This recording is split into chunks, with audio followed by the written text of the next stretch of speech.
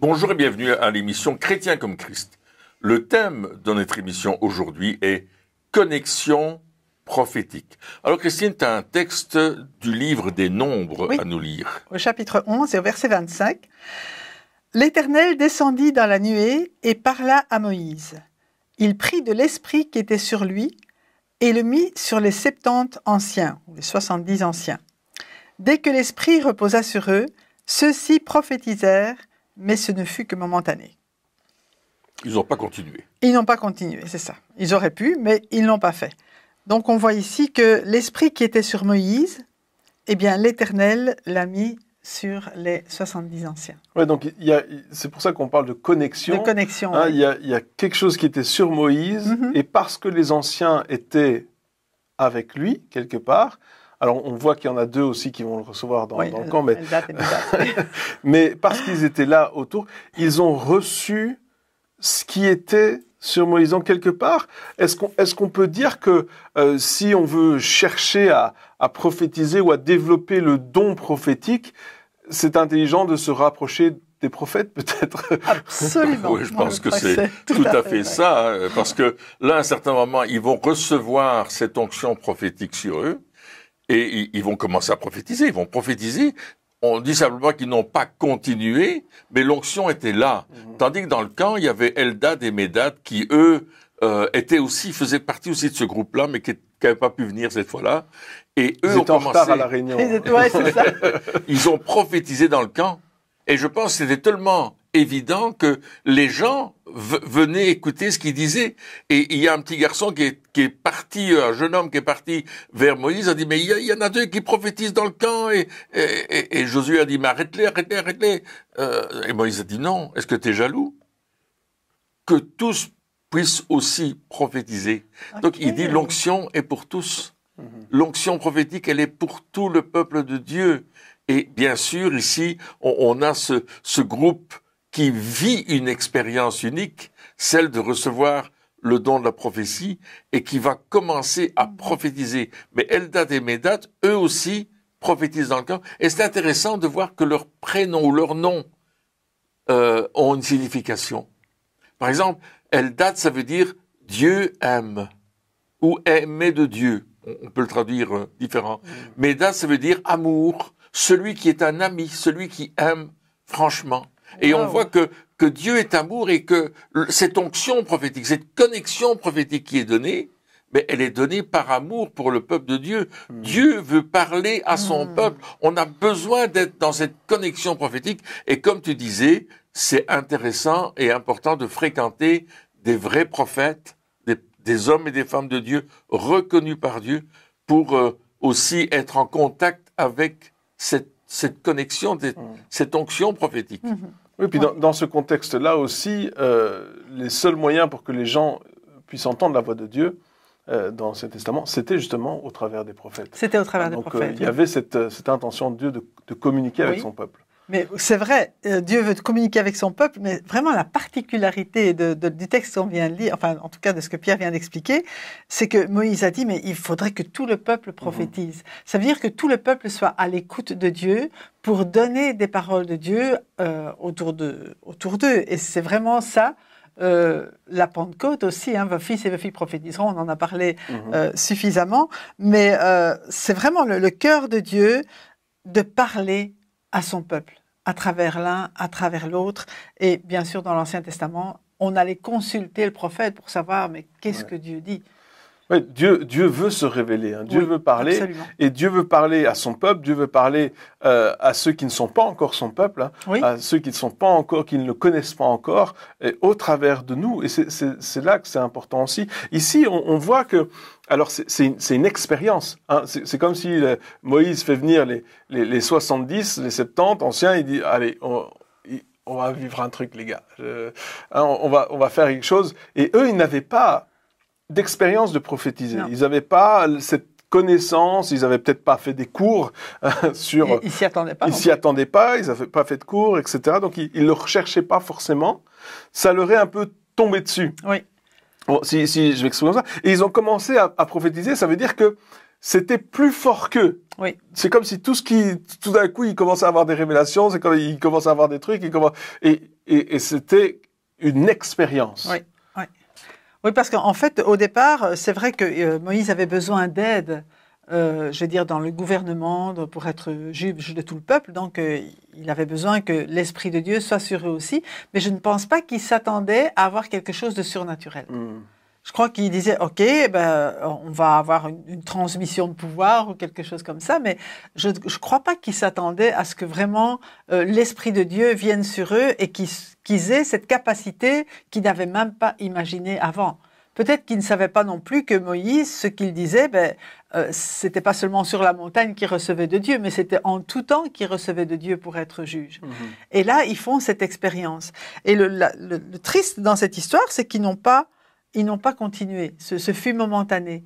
Et ça montre que la prophétie, l'esprit de prophétie, quand on le reçoit, eh bien, il faut le cultiver. On n'est pas...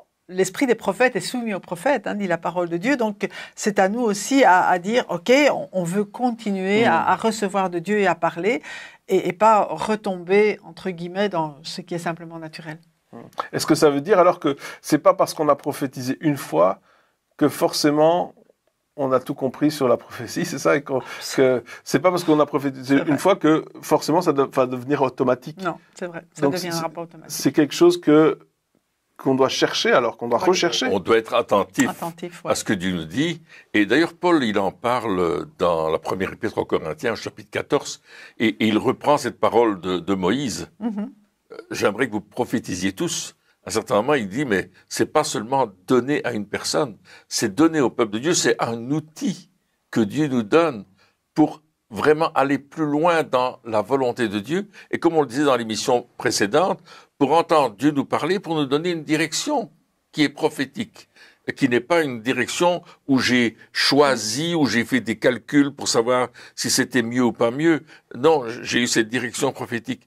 Et ici, la connexion prophétique dans nos vies va permettre que je puisse diriger ou faire de ma vie ce que Dieu veut que je fasse dans l'ensemble du corps de Christ.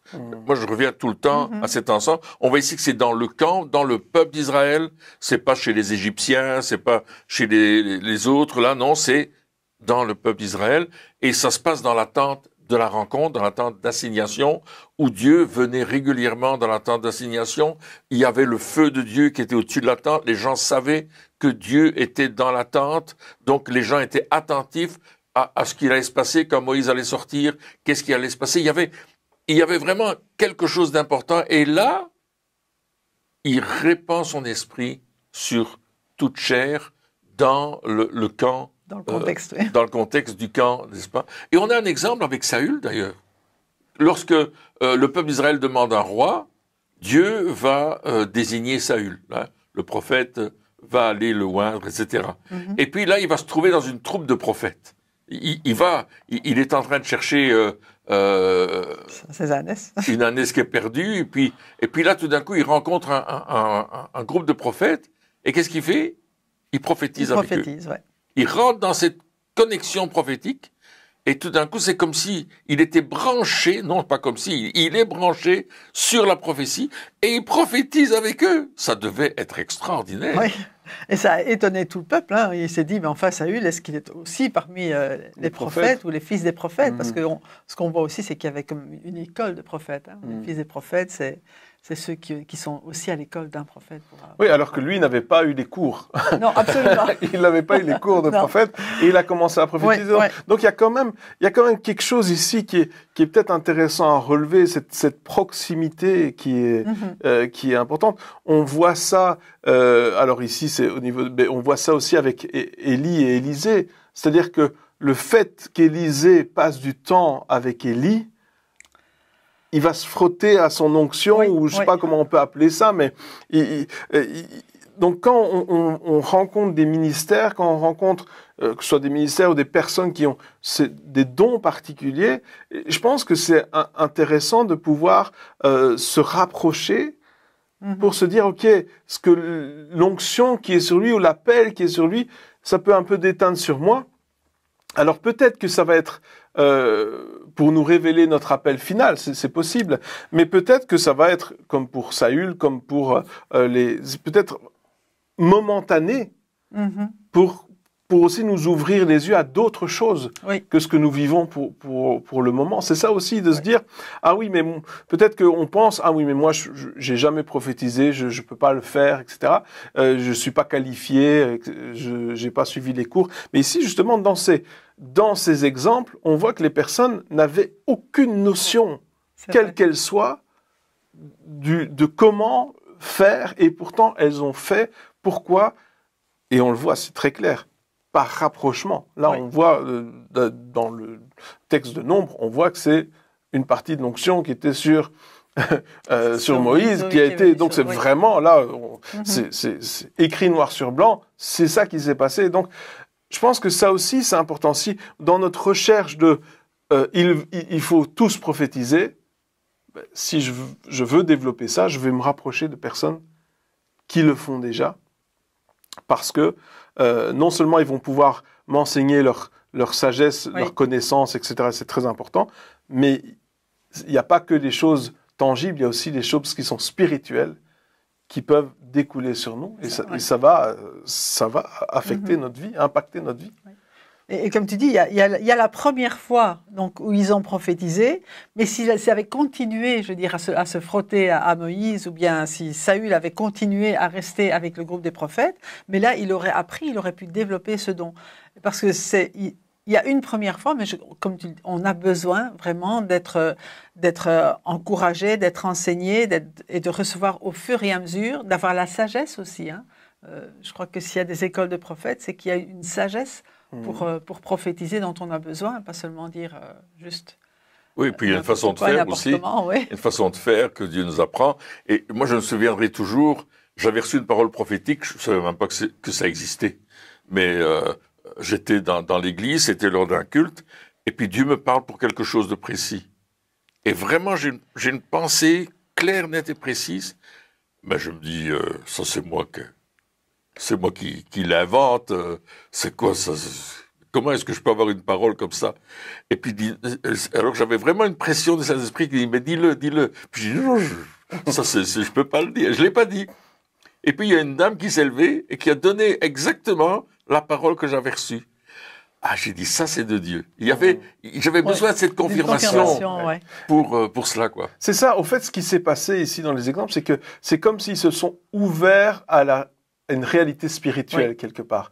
Ils se sont ouverts, même Saül, après, lorsqu'il a commencé à faire n'importe quoi, et puis il était oppressé par des mauvais esprits, il savait qu'il y avait une réalité spirituelle, et c'est pour ça qu'il demandait à David de venir jouer, hein, parce qu'il y avait une connexion. Il dit, ah non, mais ce que j'ai besoin, c'est de l'Esprit de Dieu qui vient, parce que je sais que là, il y a cette paix, il y a quelque chose. Donc, il était, tout d'un coup, il s'est ouvert à, ah oui, mais il y a autre chose, il y a plus. Et peut-être que c'est ça aussi, le fait que la première fois, alors peut-être que lorsqu'on va prophétiser, ben, comme toi, ça t'est arrivé, ah, mais je reçois une parole, mais je suis pas certain. Je suis pas certain. C'est quoi ce truc? Est-ce que c'est mon imagination? Est-ce que c'est mes pensées? Exactement. Qu'est-ce qui se passe? Et là, parce qu'une autre personne va donner la parole que je viens de recevoir, je vais me dire, ça, ce que je viens de vivre, ce que je viens de ressentir, les émotions que j'ai vécues,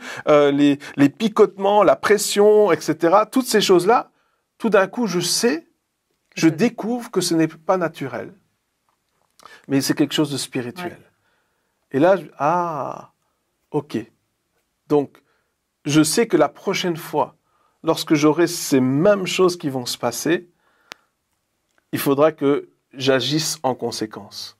Et c'est ça aussi qui nous permet de développer ce côté de est-ce que ça vient de Dieu? Est-ce que ça vient de moi? Parce que ça aussi, c'est une grande question qu'on se pose lorsqu'on reçoit une parole. Est-ce que c'est moi qui imagine ou est-ce que c'est Dieu? Comment je vais faire la part des choses? Eh bien, la part des choses, je la fais avec le recul, c'est-à-dire qu'après, je vais dire, ah ben ça c'était, j'ai une autre parole, donc j'ai ce recul qui confirme, mais la part des choses, je peux la faire aussi avec ce que je ressens à l'intérieur.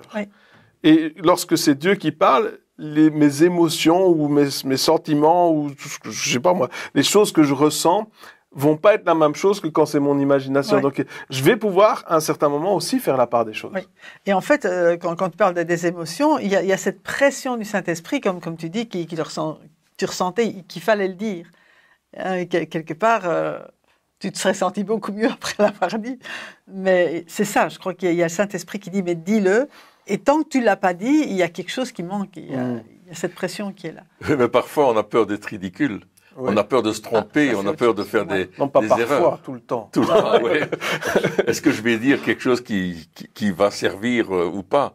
Donc, c'est vrai qu'il y a aussi une autre retenue à nous. C'est pas un manque de foi, on se dit, mais est-ce que c'est juste? Et on veut rester dans ce qui est juste, dans ce qui est de Dieu, de ce qui est bon de Dieu, et qui doit être conforme à la parole de Dieu aussi. Là aussi, c'est un de nos, une sécurité de voir que ça confirme la parole de Dieu. Et là, dans l'histoire de Moïse, il voulait transmettre quelque chose aux 70 parce que il voulait que le peuple de Dieu aille de mieux en mieux, soit de mieux en mieux conduit. Et surtout, soit conduit par l'esprit. Et soit conduit par l'esprit. Pas juste par une sagesse humaine. Exactement. Parce que ces personnes avaient des qualités humaines importantes quand même, tout à fait, de pouvoir diriger, etc. Donc, ils avaient des qualités humaines, mais c'est comme si Moïse disait, ça c'est bien, mais il faut aussi être conduit par le Saint-Esprit pour pouvoir être plus efficace, comme tu viens de le dire. Exactement. Et ça va changer un peu la direction du peuple, pour aller vers le pays promis, parce que là, il y a une direction qui est nécessaire, pour marcher correctement, pour vivre les choses correctement, parce que avoir autant d'hommes à diriger, autant de familles à diriger dans le désert, c'est certainement pas une sinécure. Quand on organise un voyage en bus avec 50 personnes, c'est très difficile. Parce qu'il y en a un qui veut ceci, l'autre qui veut cela, celui-là il n'est pas bien, celui-là... Oui, il faut s'arrêter quelque part sur la route pour en prendre un. Oui, ça devient compliqué. Donc je me demande, en dirigeant 1 million de personnes là, avec les troupeaux et tout ça, c'était une fameuse organisation. Et on a besoin d'être conduit par le Saint-Esprit pour conduire le peuple correctement. Et on a besoin aujourd'hui encore d'être conduit par le Saint-Esprit pour conduire le peuple correctement, pour comment faire notre ministère correctement. Ouais, donc la même chose pour Saül aussi. Il allait être roi et donc il avait besoin d'avoir cette ouverture à l'Esprit de Dieu pour savoir. Et de la même manière, comme on en parlait dans l'émission précédente, par rapport à recevoir une parole qui est pour une direction, pour le service.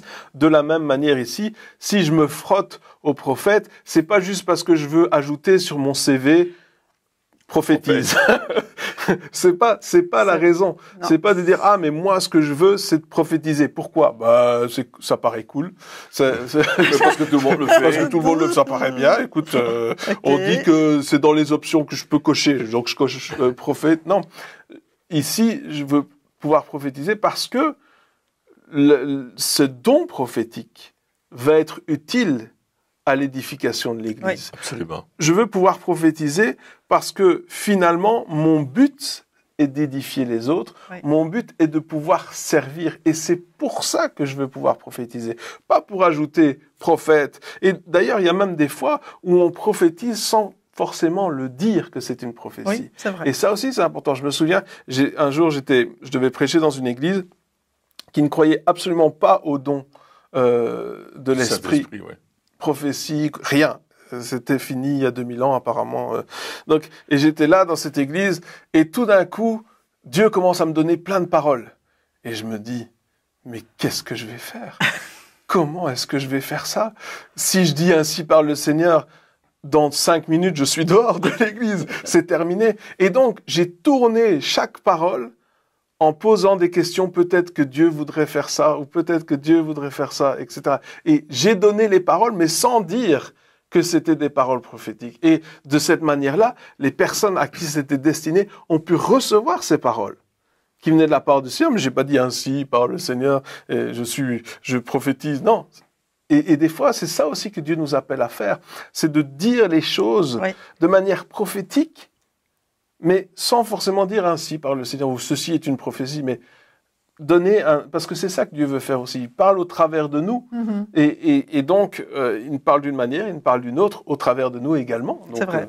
C'est vrai. C'est important. Il peut même le faire à travers la prière. Tu pries pour quelqu'un, et puis tu as des paroles qui viennent dans la prière que tu n'imaginais même pas. Et puis vraiment, la personne, en même temps, tu pries, et la prière est exaucée parce qu'elle vient directement de Dieu. Et en même temps, la personne est encouragée parce qu'elle voit aussi la direction dans laquelle le Seigneur conduit. Mais lorsque l'onction du Seigneur est sur toi, il y a quelque chose de profond qui se passe dans ta vie et tu sais que Dieu veut parler. Maintenant, la sagesse, c'est de comment je vais communiquer le message. D'accord? Parce que on peut recevoir un message et puis boum, boum, boum, on fusille les gens, ou bien on va dire ce que Dieu nous dit de dire.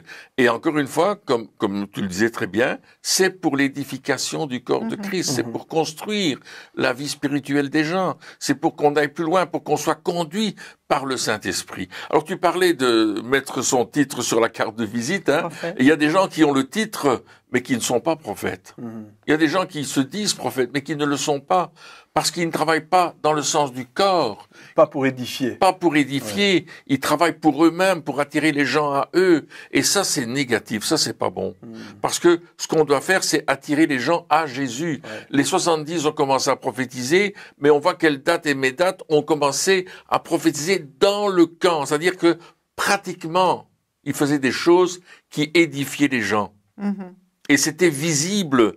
C'était pas seulement entre nous. On n'était pas en train de prophétiser entre nous dans notre petit groupe. On était en train de toucher une multitude.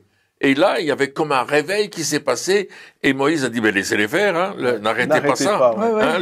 Laissez ce réveil spirituel venir. Parce que lorsque l'esprit prophétique vient sur nous, lorsque nous avons cette connexion prophétique, eh bien, il y a comme un réveil qui se passe dans nos vies. Tout d'un coup, on est zélé pour Dieu. On veut faire des choses pour Dieu. Et l'esprit prophétique, c'est pas seulement dire des choses, c'est aussi faire des choses.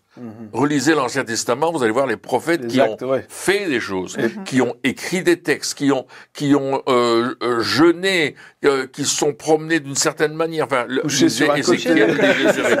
vous allez prendre même au niveau familial, qui ont des épousés. Absolument, sont liés aux etc. Oui, c'est ça. Donc, qui ont fait des choses qui humainement ne voulaient rien dire. Mais spirituellement avaient un impact. Oui, c'est ça. Aussi au lieu de simplement parler, c'était plus que mimé, parce que c'était toute leur vie qui était engagée. Les prénoms des enfants qui avaient une signification. Et tout le peuple devait voir, pas seulement entendre, mais voir ce que Dieu disait. C'était un phénomène, quelque part. Oui, c'est ça. Mais il y avait des proclamations encore et encore. C'est ça, quand tu parles de prénoms des enfants, quelque part, c'est à chaque fois que tu le dis, c'est comme si tu rappelles la prophétie encore et encore et encore. Et donc, c'est important de pouvoir vraiment être attentif, avoir ce désir de construire, et puis se rapprocher des personnes qui ont des dons prophétiques ou ministères prophétiques. Moi, je sais que lorsque je suis avec quelqu'un qui a un ministère prophétique, je suis avec un prophète, je reçois 100 fois plus de paroles, où les paroles sont plus précises, c'est vrai, parce que, je sais pas, la proximité. Il y a une accélération. Ouais, ça fait quelque chose. C'est l'onction qui est là et puis qui se répand autour. Exactement. Et c'est pour ça que c'est intéressant d'avoir plusieurs ministères qui travaillent ensemble, parce que les onctions se chevauchent des uns aux autres, et les uns commencent à faire des trucs que les autres font normalement, et puis c'est intéressant, c'est marrant de voir ça. Et puis c'est biblique en plus, d'être ouvert à ce que l'Esprit de Dieu veut faire.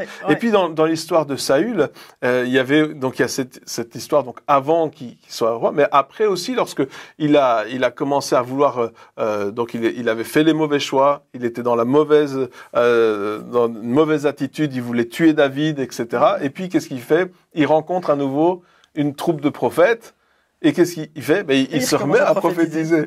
Et ça, c'est quand même extraordinaire, parce que on voit que cette manifestation de la prophétie ne dépend pas non plus de notre niveau spirituel, si on veut parler comme ça. C'est vrai, on pourrait dire, mais si tu veux prophétiser, il faut que tu sois saint, que tu n'aies aucune faute, que tu sois absolument super spirituel, que tu aies les 10 chapitres de la Bible, que tu aies prié au moins pendant 24 heures sur ta journée, etc.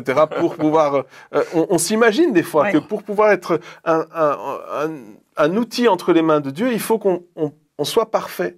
Mais dans cet exemple, alors je dis pas qu'il faut pas être consacré, c'est pas ça que je suis en train de dire. Mais dans cet exemple, ça détruit toute cette théorie. Et on voit justement que Dieu veut le rendre accessible. Et le but de Dieu dans la vie de Saül, c'était que Saül revienne, qu'il change d'attitude, mais malheureusement, il est sorti du groupe et puis il est retourné. Ben, il a changé pendant un temps. Oui. Hein, ça a changé sa manière pendant un temps, mais après il est retourné mais il y a eu quand même une transformation qui était. Donc le but de Dieu, c'était de dire, regarde, c'est ça que je veux pour toi. C'était ça à la base, mon plan. Oui. Tu t'es éloigné, mais j'ai encore quelque chose pour toi. Et ça a changé le cœur de Saül pendant un temps. Et malheureusement, après, il a refait les mauvais choix. Mais voilà, il ne faut pas se dire... donc si ce que je voulais dire par là, c'était, je reviens à l'idée, c'était que si notre excuse, c'est « je ne suis pas assez bien pour prophétiser », elle n'est pas valable. Non, parce que de nouveau, on est centré sur nous-mêmes. Ouais. Or, quand la prophétie, comme les dons spirituels, ils sont pour les autres, ils sont pour le bénéfice de ceux qui nous entourent. Donc, même si on ne se trouve pas parfait, à cause de ça, on ne peut pas priver les autres de ce que Dieu veut leur donner à travers nous. Et je crois que c'est ça qu'il faut voir. Se détourner de nous-mêmes. OK, tu as des progrès à faire dans la sanctification. OK, il faut le faire. Mais en attendant, bénis ceux qui sont autour de toi. Et ce que je leur donne à travers toi, dis-le.